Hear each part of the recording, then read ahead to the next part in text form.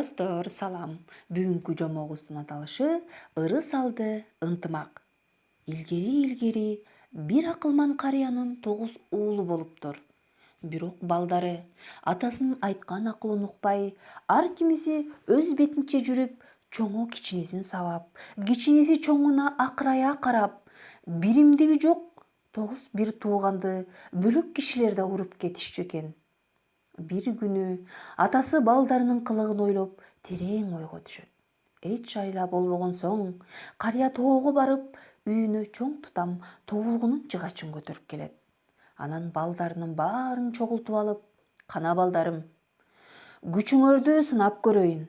Мынабу тобулгуну ушул тобу менен сындырып көргүлөчү, деп байланган тутамды карматты. 9 уулдун ар бири кезектешип күчүн сынашты.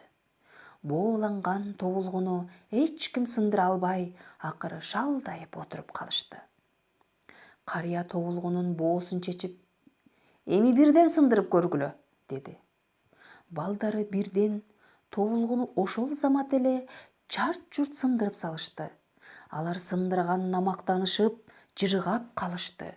Ушул жерде да сен мен деп айтышып кетип жатышты. Күчтүүлөрү күчү жогун жыга коюп, кыр көрсөтүп турушту.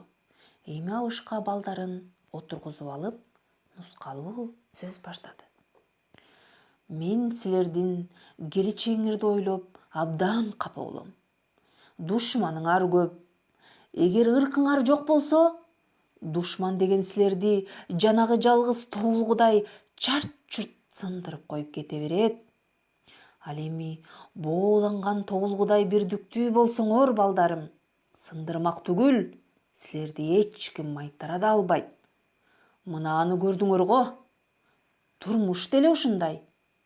Силер канчалык бирдиктүү болсоңор, ошончолук зоболоңор көтөрүлөт.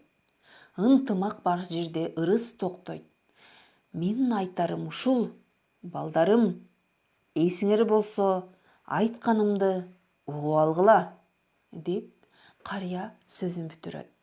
Көп узабай карыя кайтыш болот.